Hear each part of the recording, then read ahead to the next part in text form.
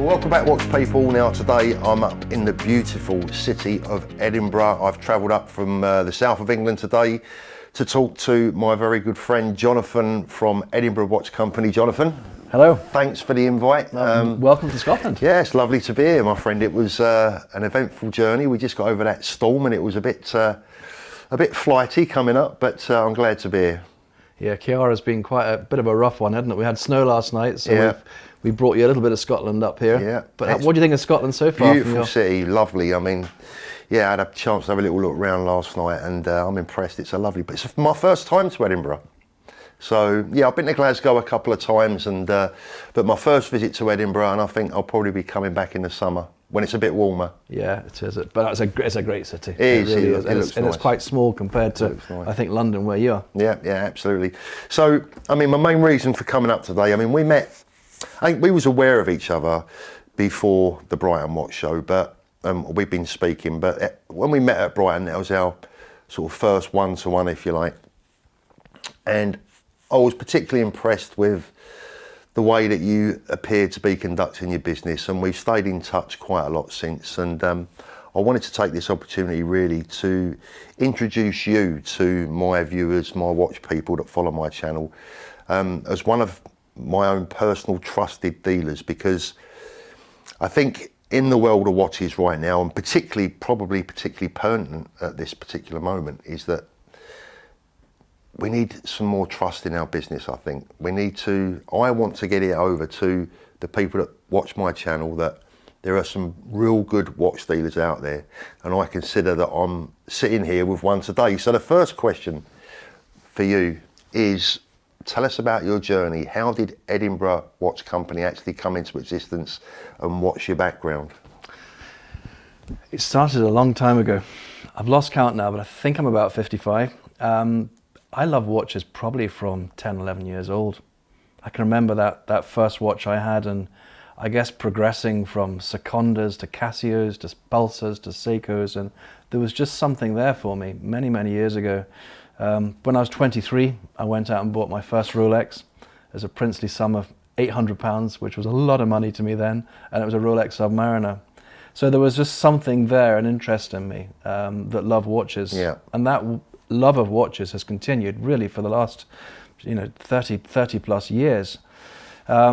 Watches were something that us as guys we like to buy. We get bored, we go and buy something else, and so I spent years learning about watches as I'd gone along from different brands. I was never a brand snob. It's just if I liked it, I would buy it. As a hobbyist, really? Yeah, absolutely, as a hobbyist. I started off with a career going into farming. Worked on a pig farm for about 6 months. It was a very smelly time of my year, of my life, as it were, and I decided that wasn't for me.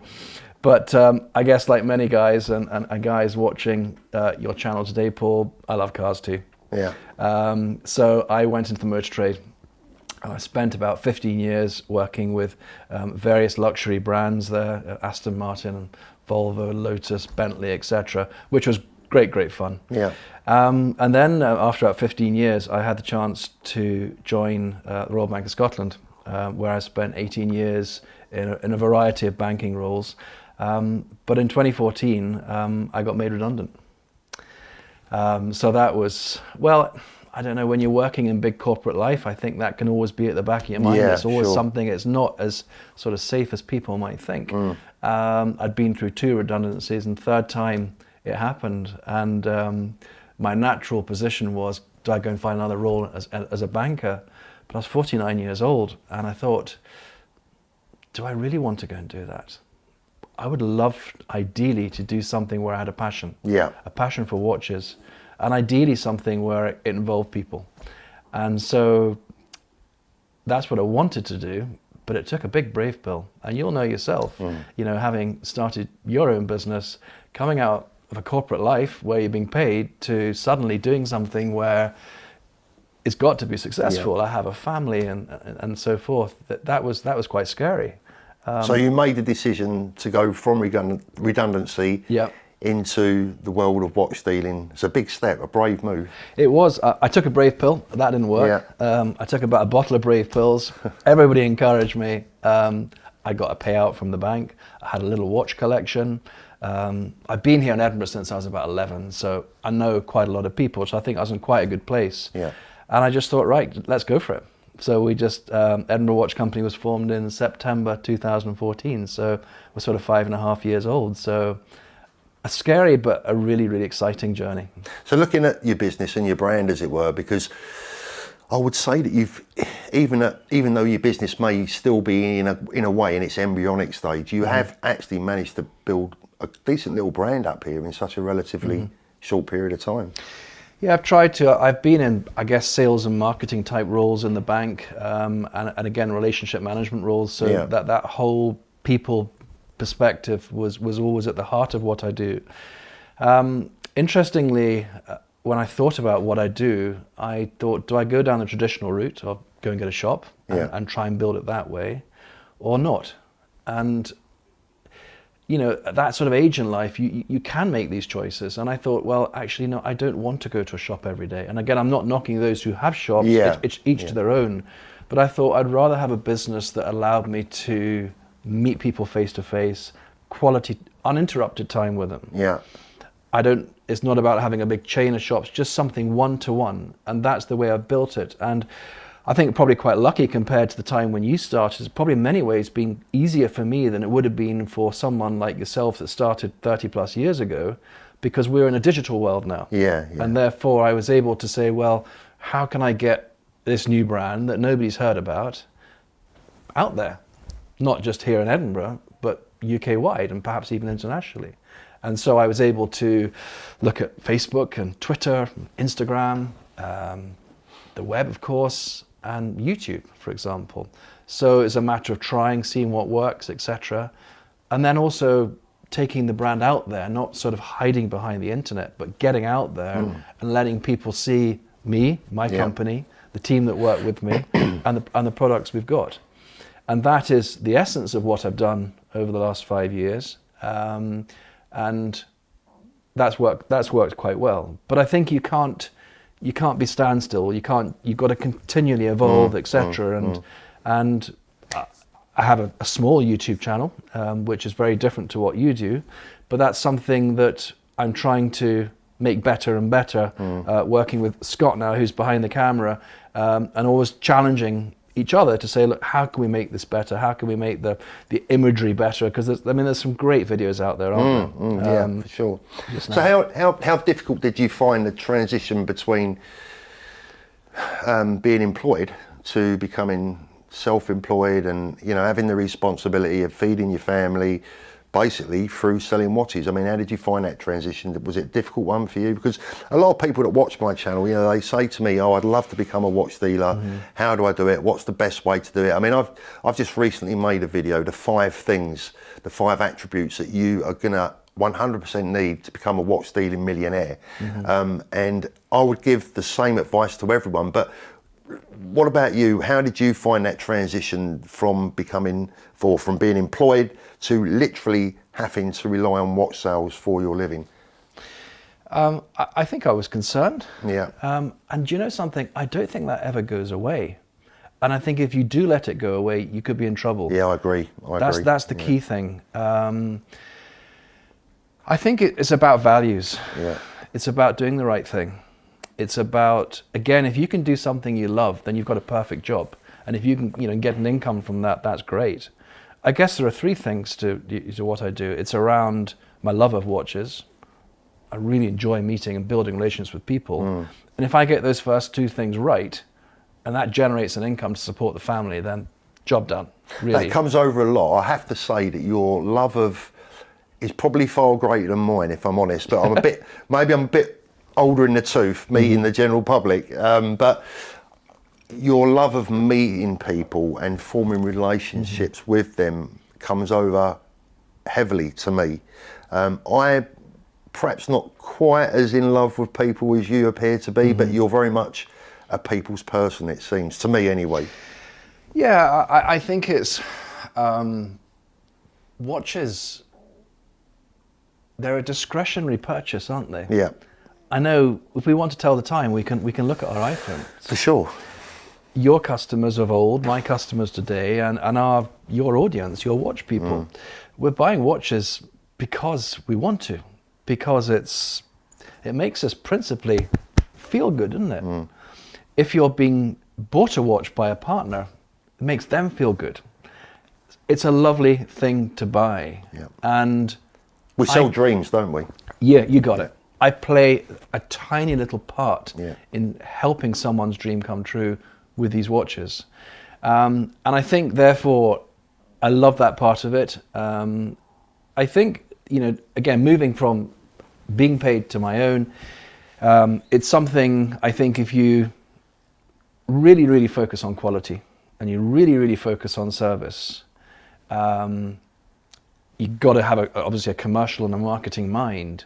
But I think if you keep operating like that, then okay, there will be we've got Brexit, we've got the election, we've got the euro, we've got things that have gone on. Let's focus back the last few months with the Watchfinder sale. Yeah. We've got YouTubers saying their piece. We've got the unavailability of stock. These are the sort of challenges that we feel, but that are no different than any other business out there. It's a fast-moving industry now, isn't it? It is, yeah. In 2020, years ago, it was probably quite a slow-moving industry, but these days, with obviously the internet, YouTube, etc., and so many events happening in a relatively short space of time, it is a fast-moving industry. What would you say? I mean, if you discovered anything, you'll have to excuse me for sort of thinking of you as a relatively new comer to the business, because as a real old hand, 6 years seems quite a short period of time. But during that period, have you found anything about the watch business that you don't like? Is there anything that stands out in your mind and you think, do you know what, I really don't like this about this business? I think it's there's a lot of new watch dealers coming about now. Which is great, I think, and it's great for our customers, as it were. As long as they behave themselves. Absolutely, absolutely. I don't. There's nothing I've really seen. I think it's obviously there's a lot of competition out there. Yeah. I think some of the manufacturers, like Rolex, they're not making it easy. I think we saw a couple of years ago that this whole thing about warranty cards being held back. Yeah. What did you make of that? Well, if I was a customer that went in to buy a car and they didn't give me the service book, I wouldn't feel great. If I went in to buy a watch that I almost felt privileged to be able to get, and then I held the warranty card back, I wouldn't be entirely happy.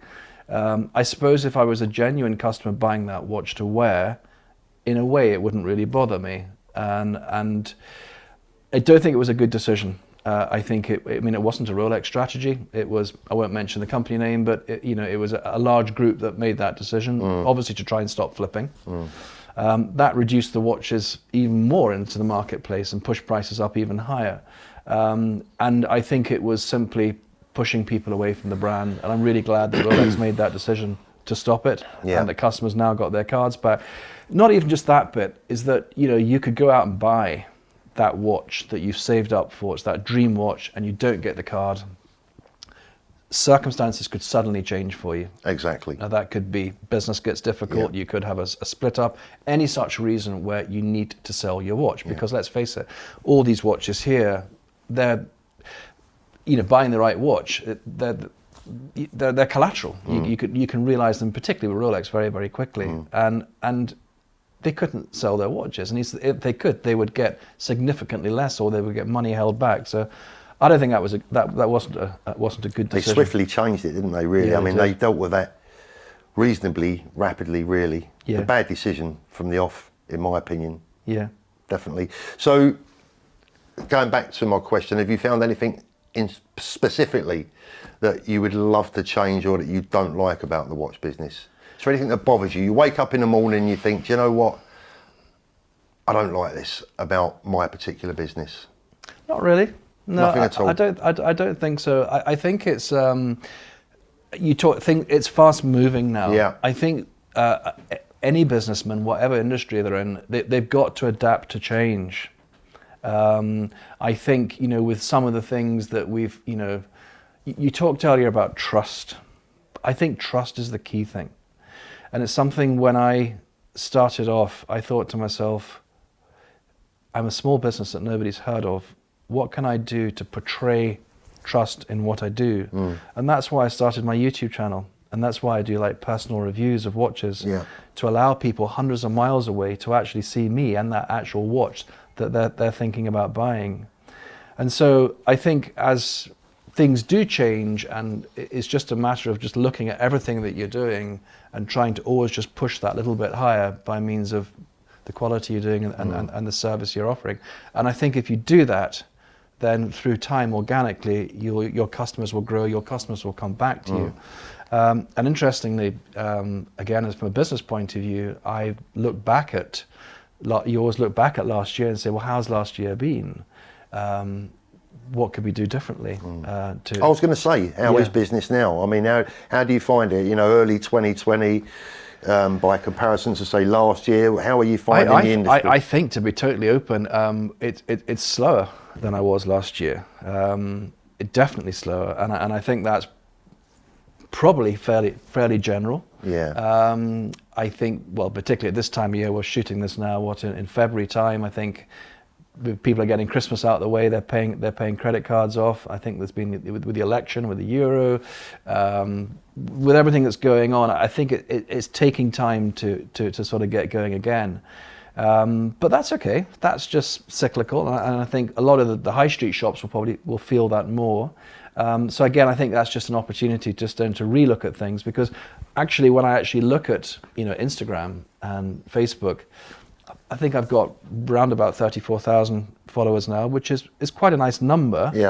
I wouldn't say Instagram is working for me in the same way that it is for some of the other big dealers. I know there's 2 or 3 dealers out there that literally aren't using their website anymore. They're purely just doing it on Instagram. And in fairness, they've got 120, 200,000-300,000 followers, so it's absolutely huge. But you talked about change. It's interesting to see where the market's going. So Instagram is playing a big part.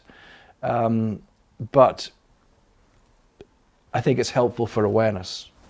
But in fact, when I look back where all my business has come from, the majority of it is actually coming from repeat and referral and the web and from YouTube. They're the sort of main sources, plus also events, etc. Yeah.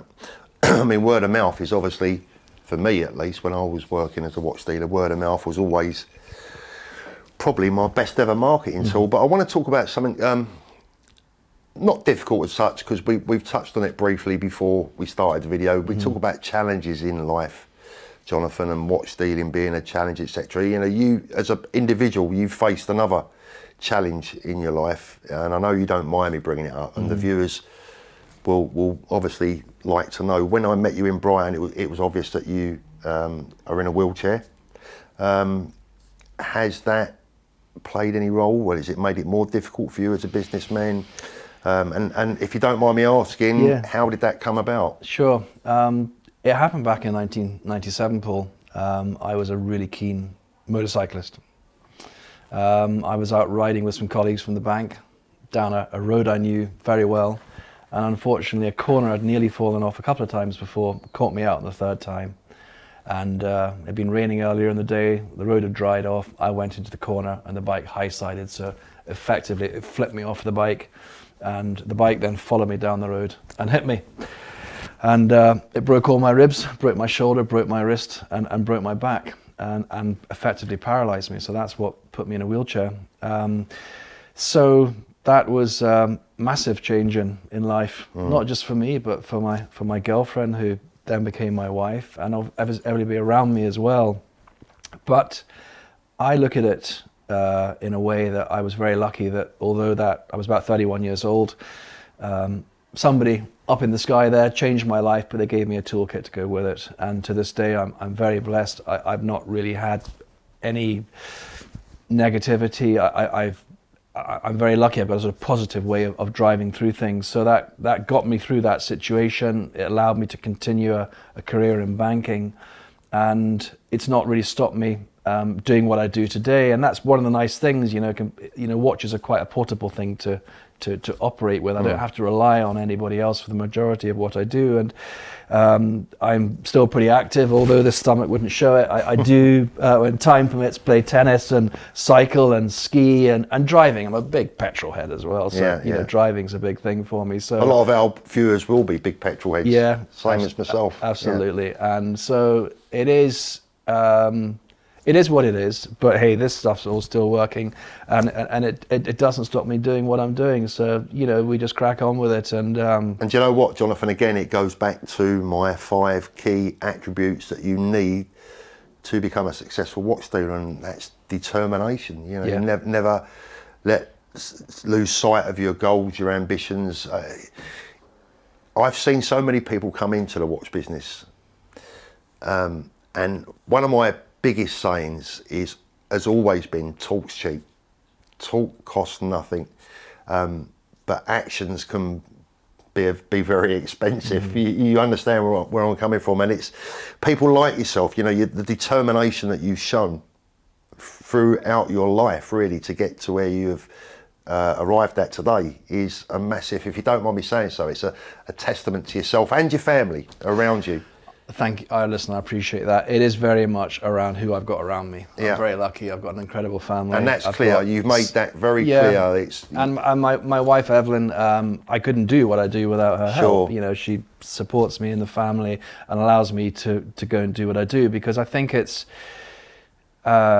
you really need to, when you start your own business, you really need to get your head down, and it does consume you a little bit. It does, really, absolutely. It's a 20-hour day sometimes, isn't it? It is. Yeah. But, and I think that's one of the key differences for me.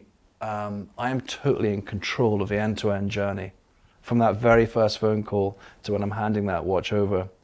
And there's something lovely about doing something for yourself in that manner. So I love it. I really do enjoy it. This is what I see about your business, Jonathan. This is what I see that's quite unique about the way you're operating this business in a world where watch dealers are almost to a penny these days.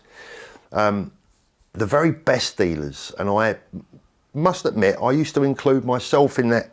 Really, when I was working, I had a very good way of working, but you're making the buying experience very bespoke. It's very unique to your customers. You're doing what I always describe running as a very small but very tight-knit, clean ship that works from the bow to the stern. Does that make sense? Yeah, it does. Every watch I buy, every watch that's bought by my company, I am buying myself. When that person calls me by phone or texts me or WhatsApp or however which way in which they reach me, they just talk to one guy. And so we have that one-to-one. Yeah. So we really get to understand about what they're selling or what they're wanting to buy. I've got currently probably 50, 60 watches, so I'm not a big dealer, and I'd love to grow that in time. But they're all bought, and I guess this is probably where the enthusiast bit comes out. If I don't like it, I don't buy it. Yeah. I've got to buy something that I believe in, that I think, that's a beautiful watch, and I think you'd like that. We only buy watches with all the provenance. I'm a real stickler for that. In fact, I showed you a watch yesterday. I had that Datejust, the gold one. Beautiful watch, but without the original papers. It's not for me. Now, each to their own. And I'm not knocking anybody that sells watches without papers. I just like everything to be perfect. Because from a business point of view, I have to say, I've got to be honest, I think that will hold you back.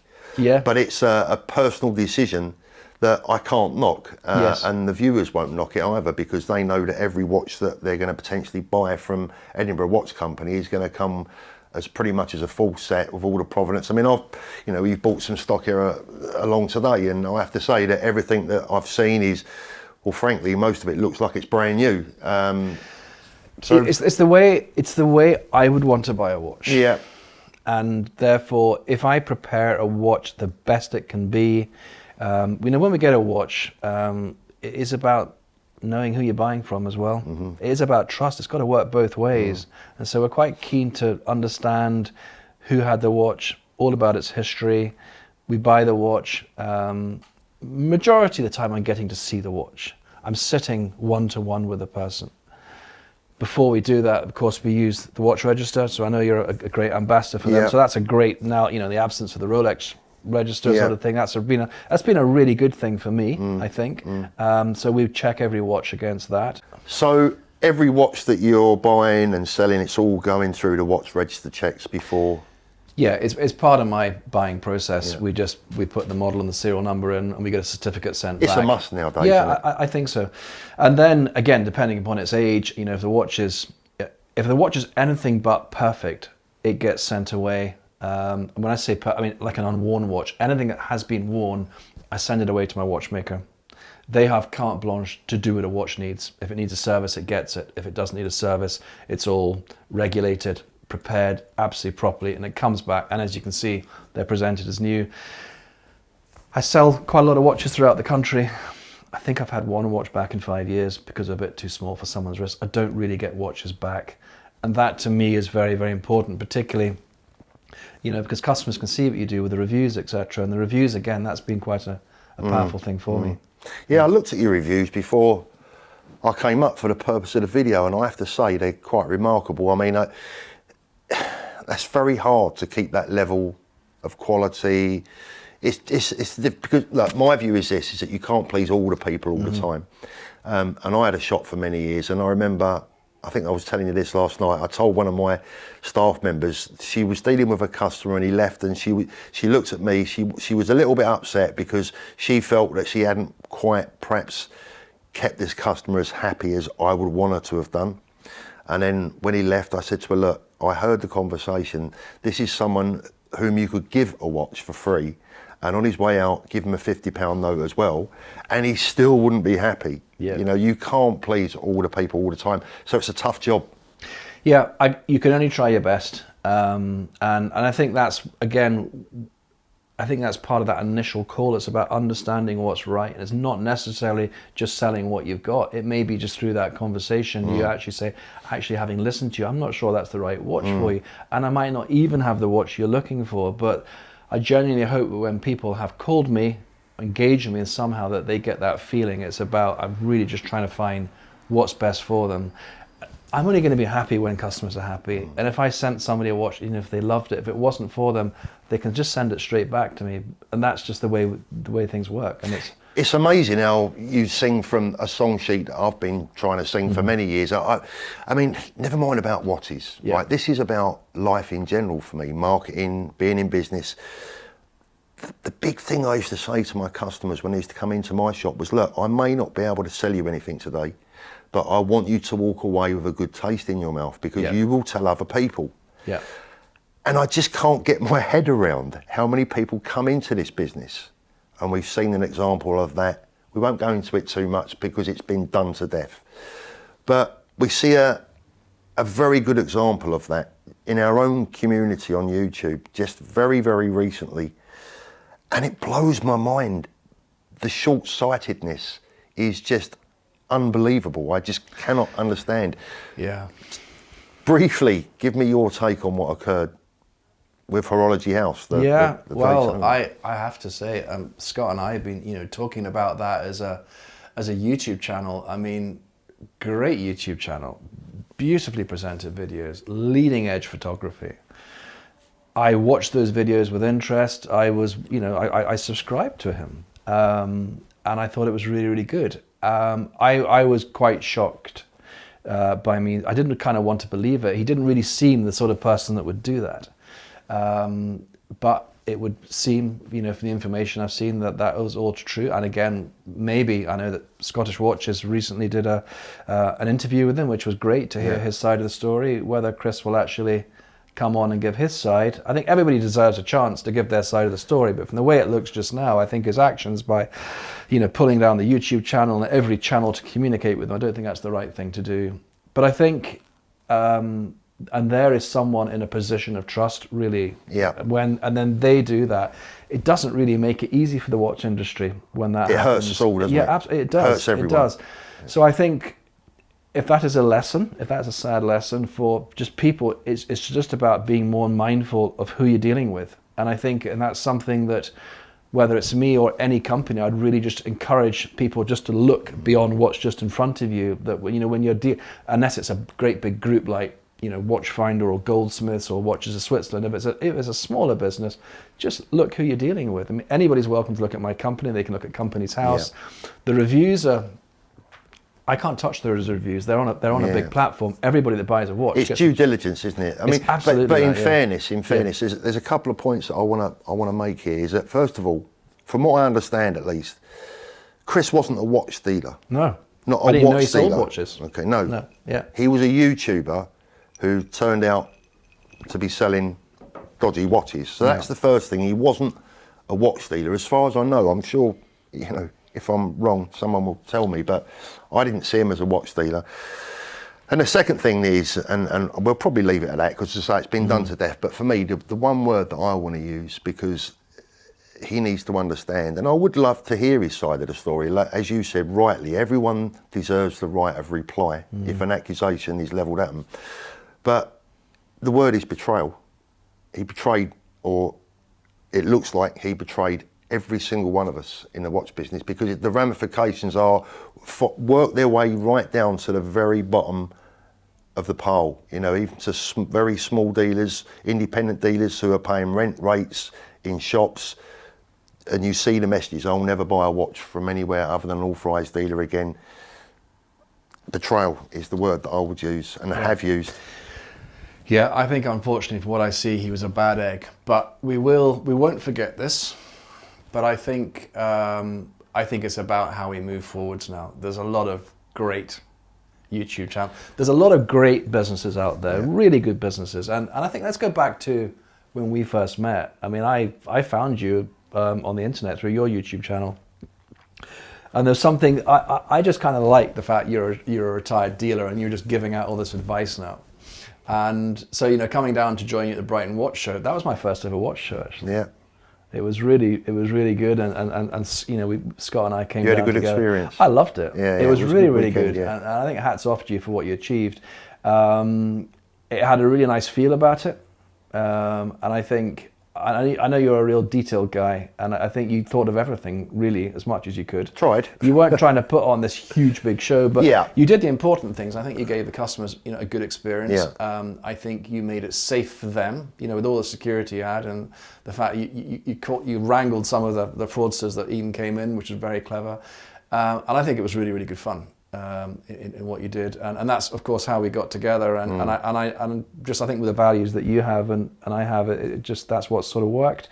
And now that, you know, you've kindly invited me to become one of your sort of trusted traders within your watch community, and, you know, working with Spencer and Chris and others, and I think that for me is, you know, we talked earlier about marketing and about trying new things. So me coming to the Brighton Watch Show was an example of that.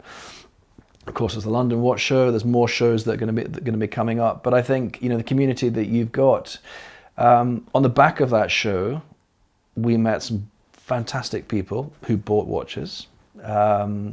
We got a number of calls following that because people really believe and buy into what you're saying, the endorsement that you have. And so I really appreciate that.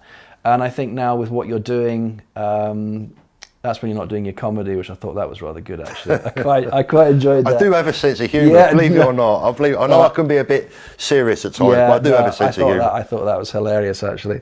But no, I think with the forum that you built now, I think there's some really exciting things there. So I'm really quite excited to be a part of that, actually. And I think we talked last night about you know, giving the opportunity of some of your sort of trusted dealers to put some of their watches on, which I think will be quite a nice thing to do. So this is what I'm trying to do. I think the channel is all about, I mean, you know, look, there's always disbelievers. But the bottom line is that talk's cheap.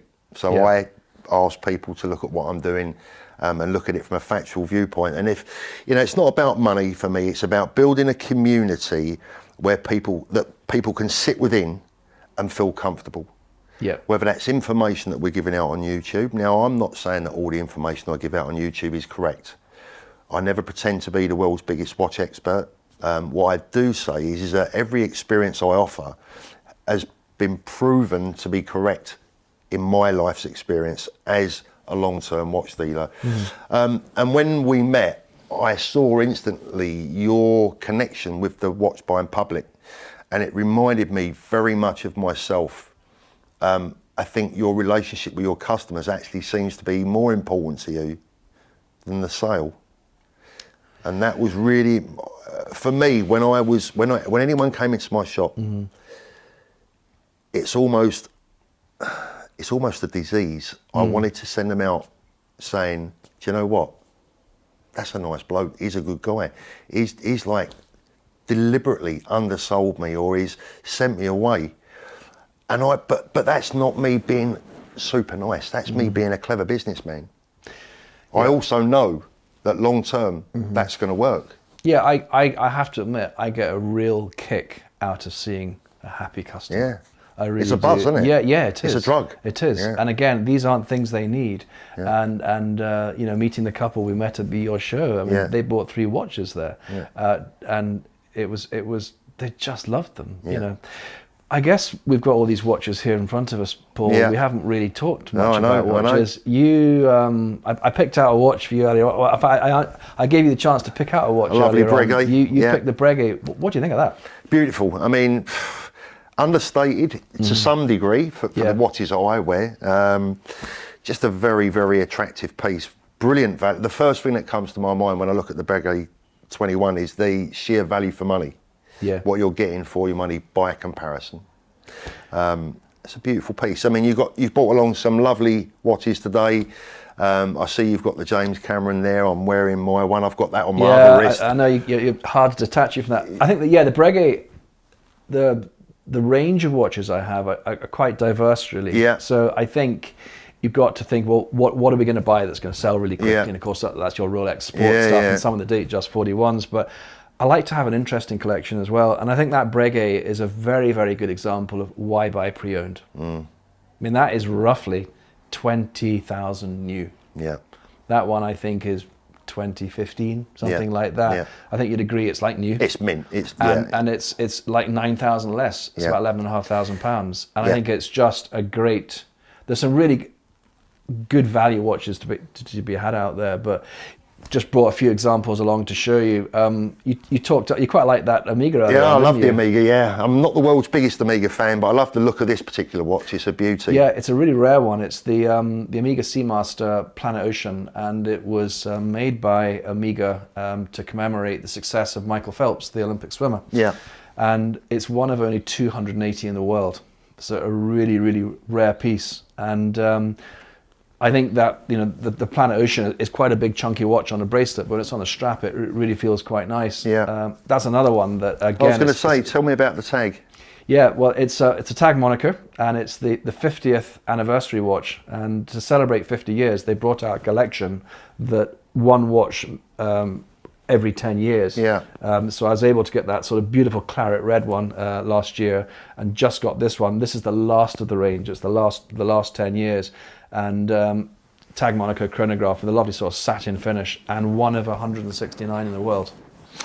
So what are your number one sellers? I mean, obviously, I guess that the vast majority of the calls that you get in, it's going to be about Rolex, but what are you looking to buy and sell in general? What's your ideal purchase? And I think it is mainly Rolex.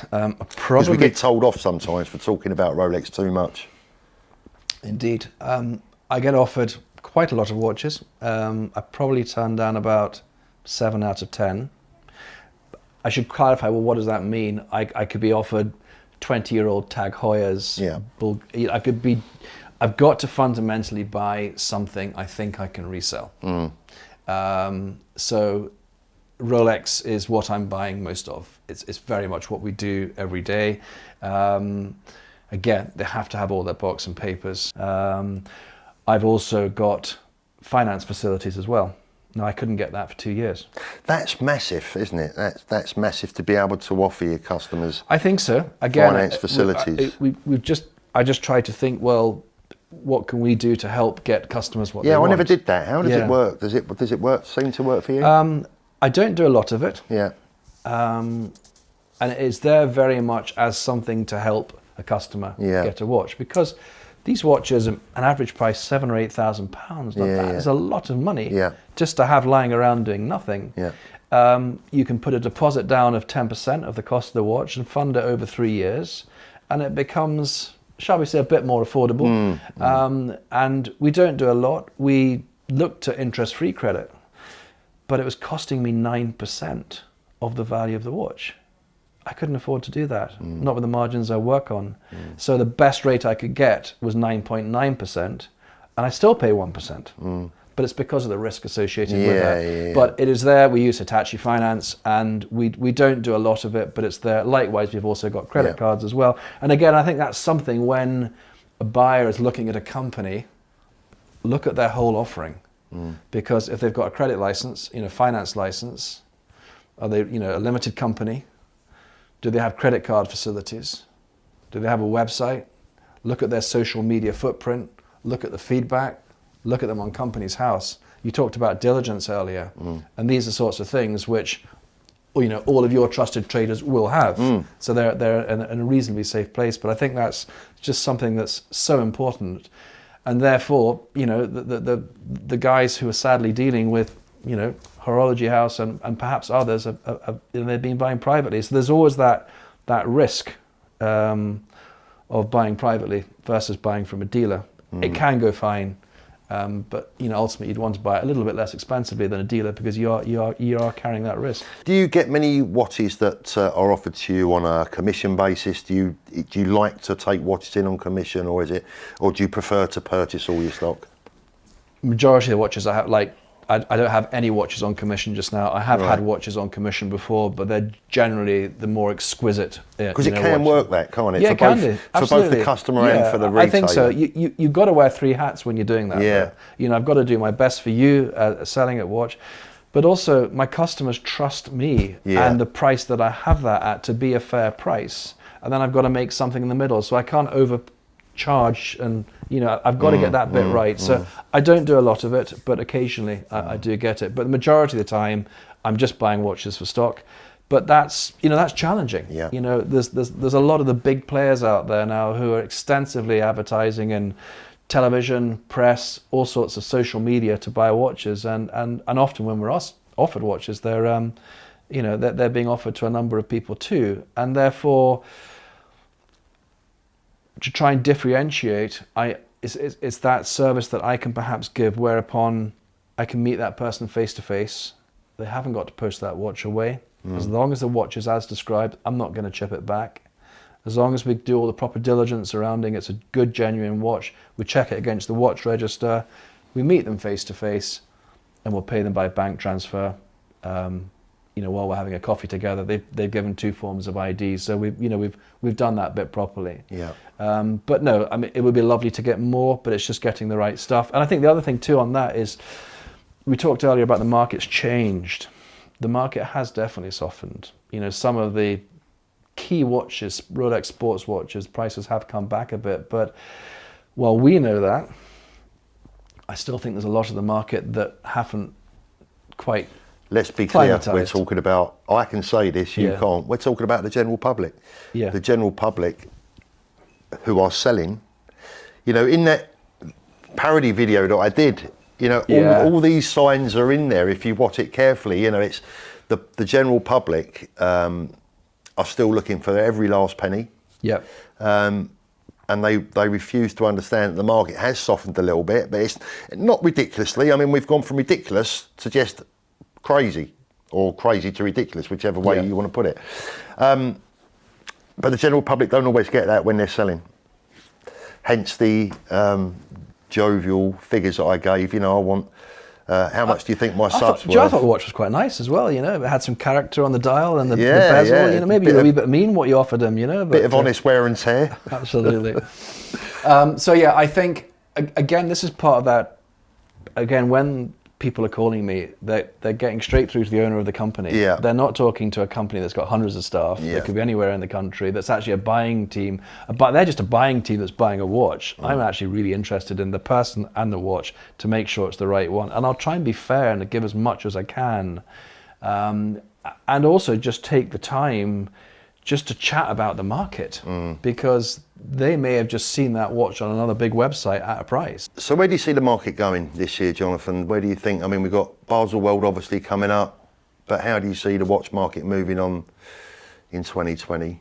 Yeah, I think once we go to this Christmas period, once that's all gone behind us now, I think the excitement's going to be there for Basel. I think it'll be really interesting to see what collections actually come out there.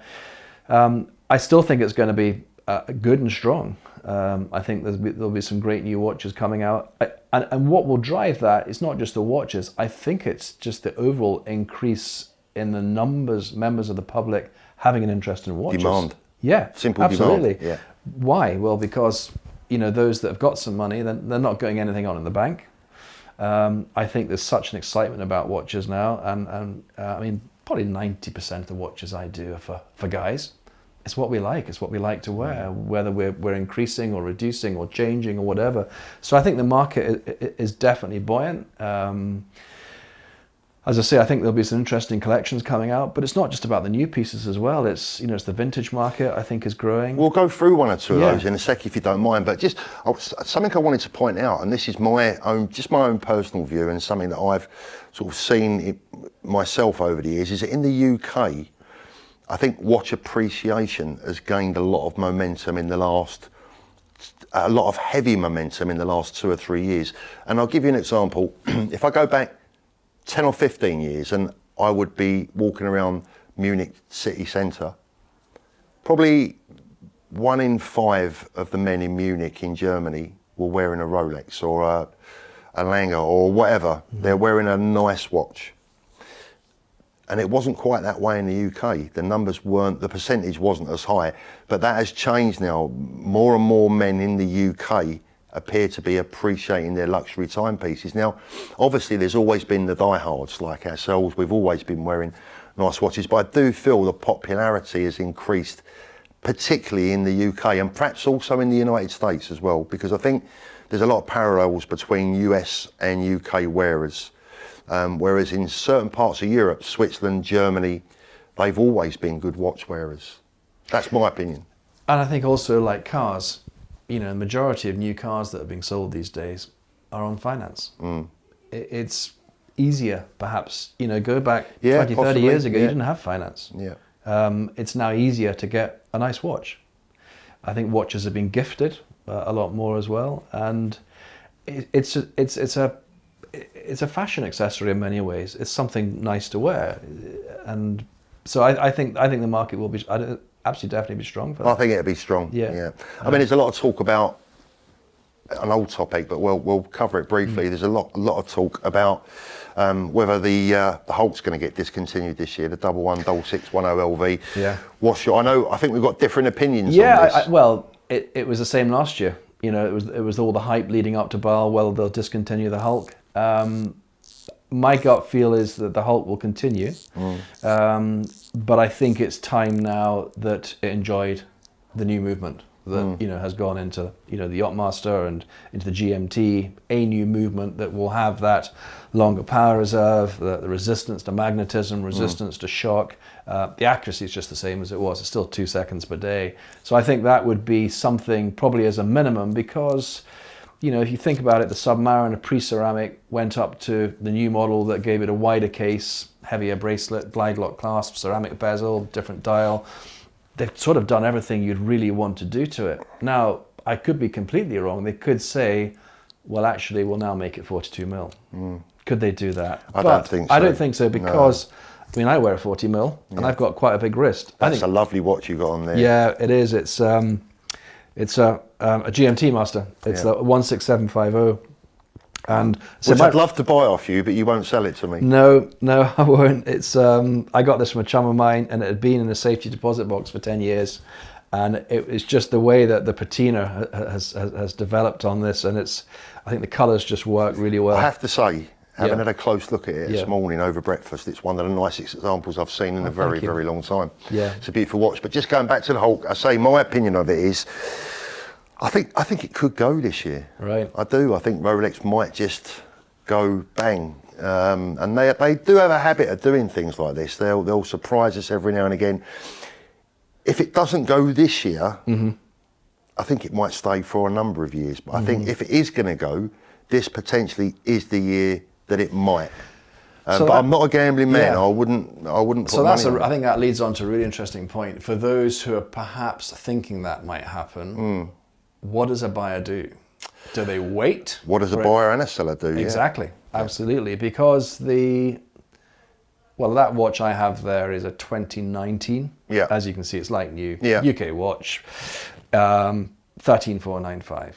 Now, yeah, I know that's pretty well double this, but compared to most, it's where it should be, or perhaps a little bit less. Again, I'm being mindful, if the market does take a little bit turn before it builds back up again, could that come back to 12,995? I think it's about right.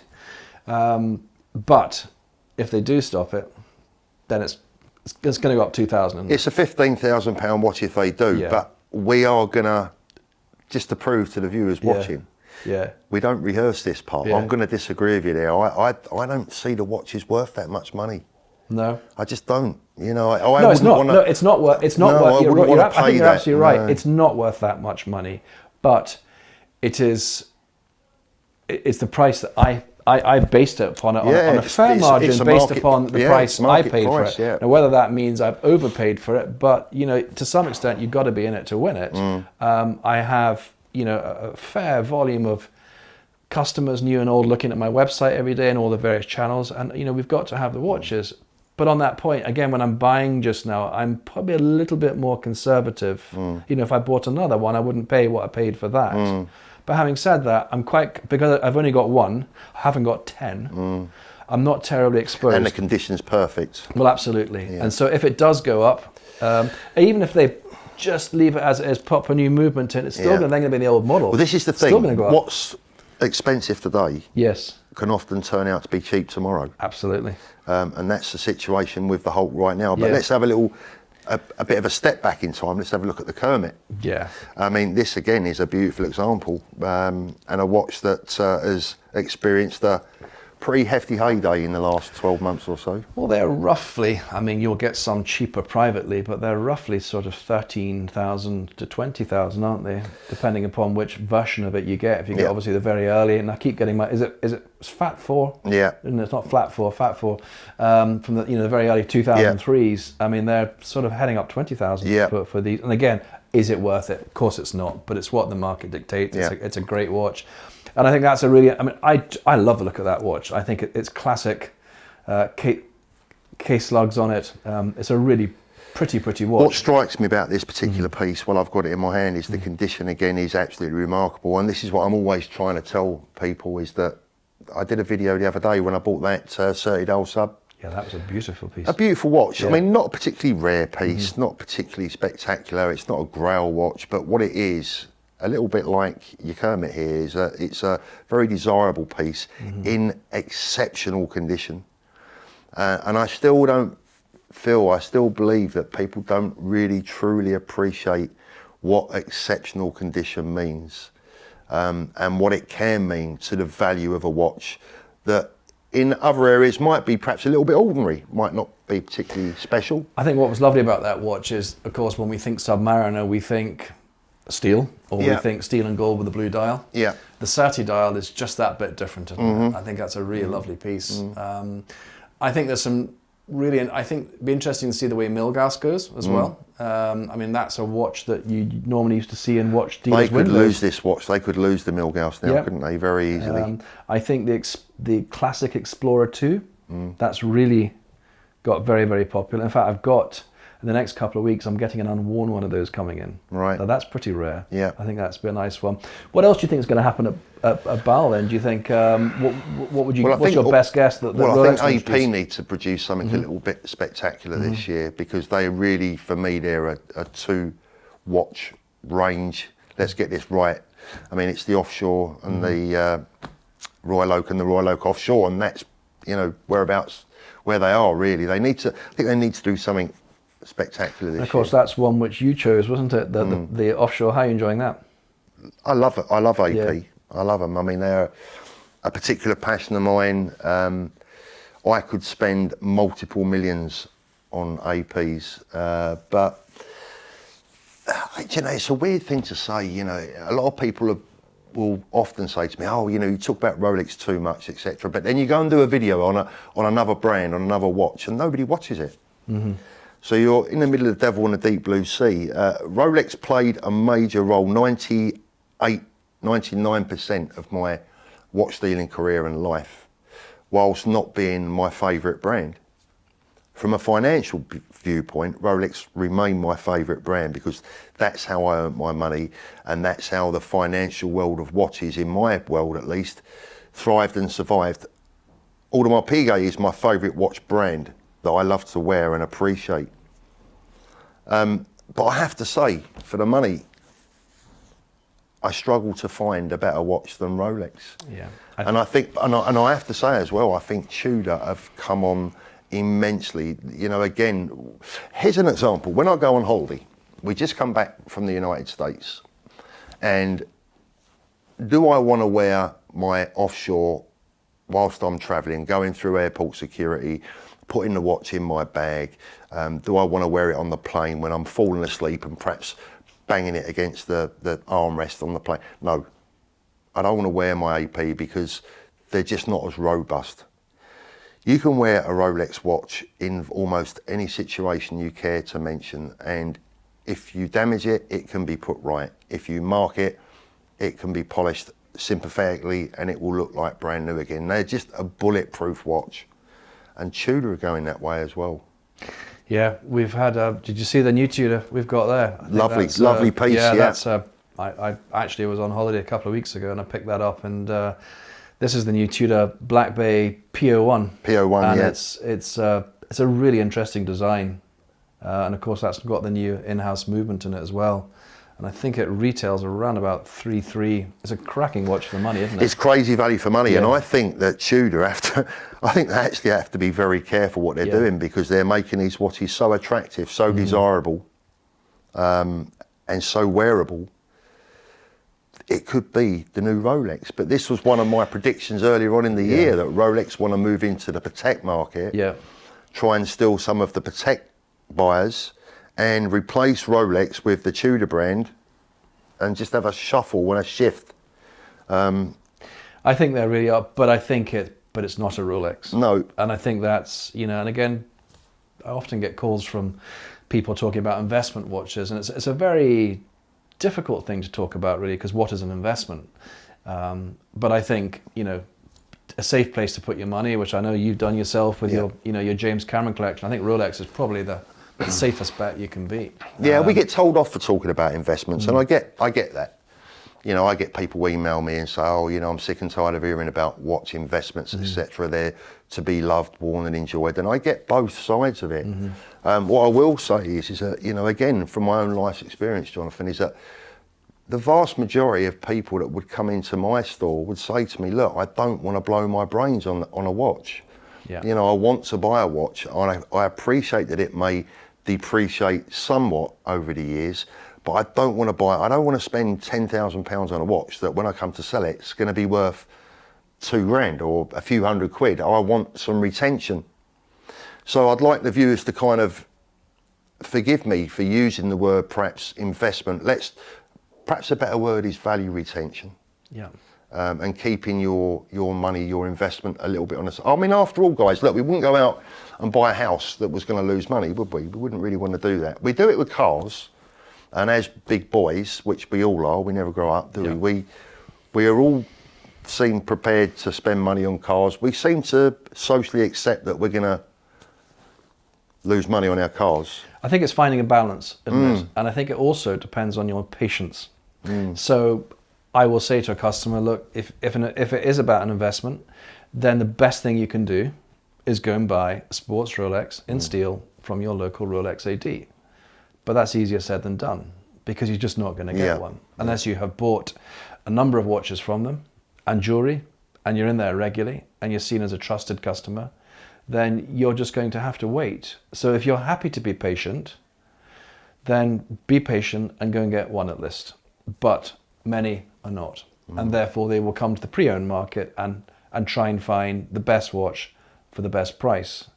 I think if you hold out too long, of course, Rolex put their prices up 7 or 8% recently, Yeah. and are doing so every year. So that's going up a little bit at a time. Yeah. So I think it is back to that balance again.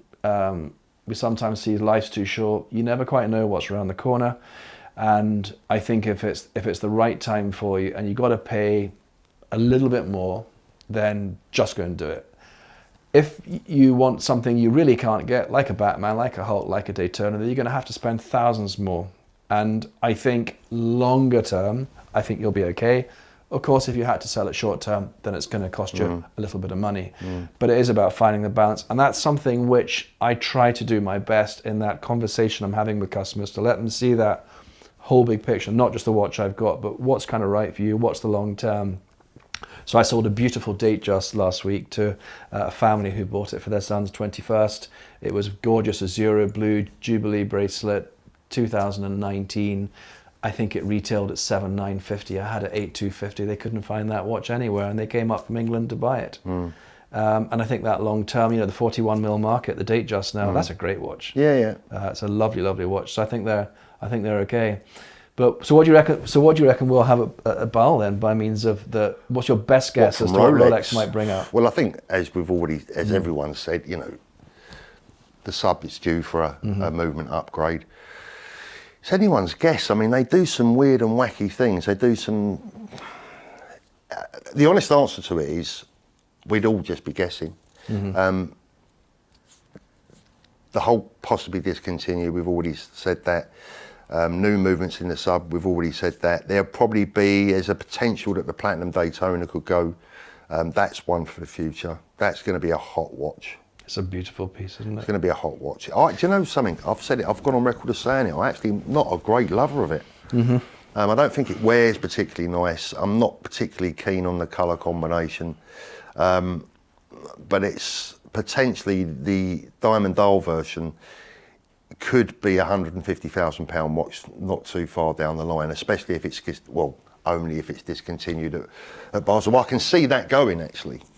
I remember talking about that watch, and I'm winding the clock back now to 5 years. I do a lot, being I mentioned earlier, a big car fan, I do a lot in the world of motoring and motorsport and events and so forth. And I remember being at a show one year, about 5 years ago, and a customer came up to me and he said, "I'm looking for the Daytona anniversary, have you got one?" And of course I'd just started, and even back then it was 50,000, I think 50,000, wasn't it, about 5 years ago? Yeah, there or thereabouts. And he wanted to get one, and he said he'd been offered one somewhere elsewhere, and I said, well, look, I'll try and get you one. I said, but to be up front with you, I don't have that sort of money to put into it. And to my absolute amazement, he says, well, look, go and see what you can do. I managed to find him one, and I said to him, I'll tell you what, if we can use your money, I'll charge you £1,500 as a fee to go and get you that watch. So he said, that's great. Found him a watch. He gave me half the money up front. When I got the watch, he paid me the balance, and it was £37,500 then. And look at the way that watch has grown. So I think you're right. I think if that one were to stop, it could be a future classic. Do you not reckon that watch could be 150,000 in years to come if that were to stop? Definitely, 100%. It's very likely. If you look at some of the huge growths in some of the rarer model or the rarer Daytonas, it's usually something to do with the dial. The dial is just a little bit extra special. I've just been looking at your Sodalite Datejust here, very unusual dial, which is, it's always going to stand out from the crowd. And I say this time and time again to my viewers that, when you're looking for a special piece, what will separate the ordinary from the very desirable is often just the dial. Yeah. Obviously along with condition, but the dial does make a hell of a difference in a lot of watches, not just the Rolex brand. Did you remember having Sodalite dials through the years? I've had them. I've had the malachite dials. I don't know if you've ever had a malachite dial, but exceptionally beautiful dials. I love malachite. Stone dials, onyx dials. They don't seem to produce these watches today like they used to back in the 70s and the 80s. I think they were probably at their heyday, probably in the 80s when they were producing these dials. Exceptionally beautiful pieces, particularly in the ladies' range of Datejust, mainly precious metal watches. Stunning pieces. They're not so big on that today. Maybe they feel that was more perhaps a Middle Eastern market, because most of those watches that you get have been originally sold in the Middle East, in the UAE. So maybe they feel that it's an Arab market thing. This one actually came from Dubai. Well, there you go. Yeah, that's that. The chap had it from New. There you It's go. just a bit special, isn't it? I think. Much easier to find in Dubai than you will in Europe. But I love Arab taste, the Arabic taste. I find the display of watches, the range of watches that they have in Dubai when I go out there, which is not that often, but they can usually, Siddiqui out there, the biggest retailers can usually be relied upon to have something tucked away that is very, very spectacular. So if you are out in Dubai looking for a spectacular piece, Ahmed Siddiqui and Sons, they're the people to look at. I'm not saying that as an advert for them. They're an authorised dealers, but they have some spectacular pieces. They really do. So Jonathan, tell me, where do you see, or where would you like to see Edinburgh Watch Company in maybe 2, 3, 4, 5 years' time? I think we're going to basically continue doing what we're doing. The fundamentals will be the same. I'd just like to organically grow. I'd like to increase the sales. I'd like to increase the volume of stock that I have. But again, the right stock. The stock that hopefully I'm reading the market correctly, that I know that my customers want. Again, I'll continue just to think about the marketing aspect, what's the consumer want, where they're looking. So I think the YouTube channel that we have, I'll continue. I don't see myself as a YouTuber. I see that YouTube video as something that's complementary to what we do, that helps our customers. So I think that is probably one of the areas we'll go. And I think it's just out exploring other areas to try and do it. I think collaboration is something that's really important to me. So again, working with you and your community, doing stuff together, being one of your valued and trusted traders. I think the stuff that we've been doing with Scottish Watches, again sponsoring that channel, and also with Red Bar as well. So I think it's just about getting out in the community and just getting that brand out there is what we are going to continue to do. It's interesting you mention that, because I've had a few people ask me exactly, well, Paul, what is a trusted dealer as such? You've put these companies, these people on your website as trusted dealers. Are they merely sponsors? Are they merely paying you to say they're trusted dealers? I think I need to clear that up. What my idea is to bring people who I can personally guarantee as good individuals or good companies to work with. So I guess what I'm saying is that if any of my viewers deal with Jonathan, for an example, and Jonathan doesn't serve them in the way in which they want it to be served, they need to contact me and tell me that's the confidence that I have in my trusted dealers, and you are one of them. So that's what it kind of means. I'm kind of putting my reputation on the line as a YouTuber, and I have confidence in the people that I trust. That's how the watch world works behind the scenes. A lot of people, that aren't in the business won't understand that. For an example, I know that if I said to you today, Jonathan, you know what, I might buy that for my wife. Do you mind if I take it? Jonathan's not going to say, well, yeah, but I need the money before. He's going to say, well, take it home, let her try it. If you like it, send me out the money. He knows it's going to happen. I know it's going to happen, because that's how we live and die on that reputation, don't we? Yeah. So if our viewers want to contact you at Edinburgh Watch Company, what's the best way for them to do it, and how can they, what channels do you have for them to do their research on you? I think the best place, I guess, is our shop front is Edinburgh Watch Company, the website, which is edinburghwatchcompany.co.uk. I've tried to build that site to be sort of very user friendly. All the watches there on show. Is it always up to date? Yeah. Yeah, it's pretty good. And we have videos of all of those watches on the website. If they're not there, it's just because we haven't done them yet, but it's normally up to date. They can see the news features of what we're up to, where we're going, etc. Again, if Instagram's their preferred choice, then we have Edinburgh Watch Company on Instagram too. We're on Facebook. The YouTube channel's there, again, under Edinburgh Watch Company, and there's over 450 watch reviews there as well. But I think, unlike the big corporates, where if they pick up the phone, they could be talking to one of 100 people or more, when they call Edinburgh Watch Company, they'll get me. Yep. So I'm sorry, but you're going to get me. But you will get, I guarantee and I promise you, I'll do my absolute utmost to understand how I can help them, whether they're selling or buying and advising, even if the watch isn't for me, if it's too expensive, even just guiding them to other areas they can safely sell it, safely find a home for it. So that principally is just, or call me. Just phone me. Our numbers are on there, so that's I think is the best way to do it. Well, guys, I hope you've enjoyed listening to Jonathan today. He's a remarkable individual, I have to say. I've spent quite a bit of time with Jonathan now, and he's rapidly becoming one of my favourite dealers. I think his ethos is just absolutely bang on. It's been a pleasure coming up, Jonathan. Thanks for the welcome to Edinburgh and indeed to Scotland. It's snowing heavily out there, so I don't know if I'm going to get home tonight, but it should be fun. Thanks so much for inviting me It's an up. absolute pleasure. Thanks very much for Take care, coming to my Edinburgh. friend. Thank you. Cheers.